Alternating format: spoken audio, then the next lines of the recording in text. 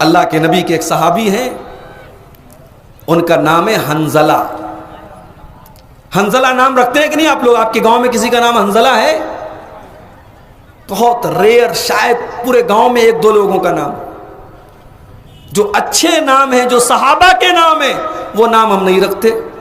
اور الٹے سیدھے نام، خاص طور سے بنگال میں، جھارکھنڈ میں، مجھے جب لوگ نام بتاتے ہیں تو میں حیران رہ جاتا ہوں، اتنے الٹے سیدھے نام، اتنے غلط سلط نام ماں باپ نے رکھ دیے نام۔ بھائی نام جو ہوتا ہے نا، نام وہ انسان کی پہچان ہوتا ہے۔ قیامت کے دن ہمیں ہمارے نام سے پکارا جائے گا، تو نام تو کم سے کم ڈھنگ کا رکھو۔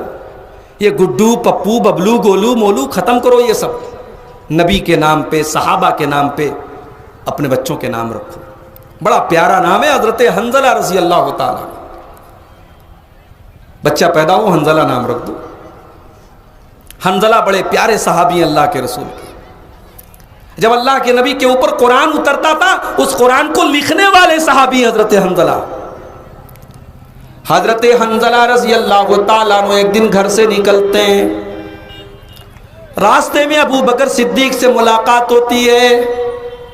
ابو بکر صدیق حال چال پوچھتے ہیں، خیر خیریت پوچھتے ہیں کہ اے حنظلہ کیا بات ہے، کہاں جا رہے ہو؟ کہا کہ اے ابو بکر میں بہت پریشان ہوں، میں بہت ٹینشن میں ہوں۔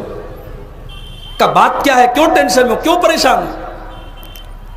کہا اے ابو بکر میں آپ سے ایک بات پوچھنا چاہتا ہوں، جب ہم لوگ اللہ کے نبی کے پاس بیٹھتے ہیں اور اللہ کے رسول کی باتیں سنتے ہیں، اور اللہ کے رسول ہمیں جنت کے بارے میں کوئی بات بتاتے ہیں، جہنم کے بارے میں کوئی بات بتاتے ہیں، ایسا لگتا ہے کہ جنت کو اپنی آنکھوں سے دیکھ رہے ہیں، ایسا لگتا ہے کہ جہنم کو اپنی آنکھوں سے دیکھ رہے ہیں۔ جب تک ہم اللہ کے رسول کے پاس بیٹھے رہتے ہیں، ہمیں جنت یاد آتی ہے، ہمیں جہنم یاد آتی ہے۔ لیکن اے ابو بکر جب ہم گھر چلے جاتے ہیں، اپنی بیویوں کے ساتھ چلے جاتے ہیں، اپنے بچوں میں لگ جاتے ہیں، اپنے پریوار میں لگ جاتے ہیں، اے ابو بکر پھر دل میں جنت کا خیال نہیں آتا، پھر دل میں جہنم کا خیال نہیں آتا۔ تو اے ابو بکر مجھے ایسا لگتا ہے نافق حنظلہ، مجھے ایسا لگتا ہے کہ میں منافق ہو گیا ہوں، کیونکہ منافق کا جو دل ہوتا ہے وہ ایک حال میں نہیں رہتا ہے، اس کے دل میں کبھی اللہ کا ڈر پیدا ہوتا ہے، کبھی اللہ کا ڈر نکل جاتا ہے۔ اے ابو بکر مجھے ایسا لگ رہا ہے میں منافق ہو گیا ہوں۔ اللہ اکبر۔ حنظلہ کو اپنی فکر ہوئی، دوسروں پر فتویٰ نہیں لگایا فلاں منافق ہو گیا، فلاں منافق ہو گیا، کہا کہ اے ابو بکر میں منافق ہو گیا۔ ابو بکر صدیق بولے یار بات تو ٹھیک کہہ رہے ہو، جو پوزیشن تم بتا رہے ہو، جو حالت تم بتا رہے ہو، وہ حالت تو میری بھی ہے۔ میں بھی نبی کے پاس جب بیٹھتا ہوں تو ایسا لگتا ہے جنت آنکھوں کے سامنے، جہنم آنکھوں کے سامنے، لیکن جب گھر چلا جاتا ہوں، بیوی بچوں میں لگ جاتا ہوں، تو واقعی میں دل کے اندر وہ بات تو نہیں رہتی ہے۔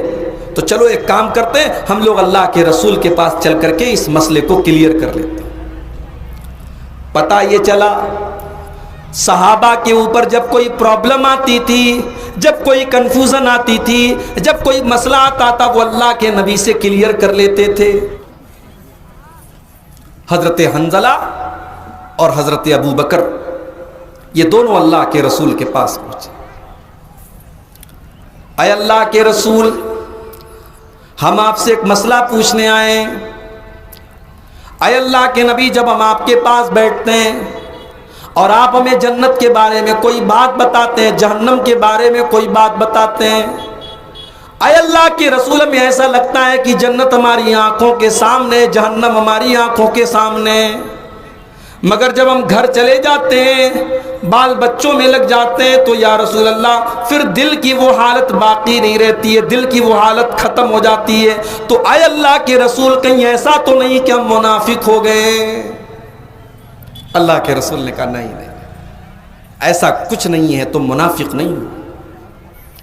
اے حنظلہ، اے ابو بکر، تم دونوں جو بات کہہ رہے ہو تم منافق نہیں ہوئے ہو، بلکہ جب تم میرے پاس بیٹھتے ہو اور میں تم کو جنت کے بارے میں کوئی بات بتاتا ہوں، جہنم کے بارے میں کوئی بات بتاتا ہوں، تو تمہارے دل کے اوپر جو اثر ہوتا ہے، اے حنظلہ، اگر ہمیشہ تمہارے دل کی وہی حالت رہے گی، اگر اللہ کا ڈر ویسا ہمیشہ رہے گا، تو تم اتنے بڑے نیک بن جاؤ گے، تم اتنے بڑے متقی بن جاؤ گے، اتنے بڑے پرہیزگار بن جاؤ گے، لصافحتکم الملائکہ، کہ فرشتے تم سے اتر کر کے تم سے ہاتھ ملانے آ جائیں گے، فرشتے تم سے مصافحہ کرنے لگیں گے، مگر اتنے متقی اور پرہیزگار تم نہیں بن سکتے۔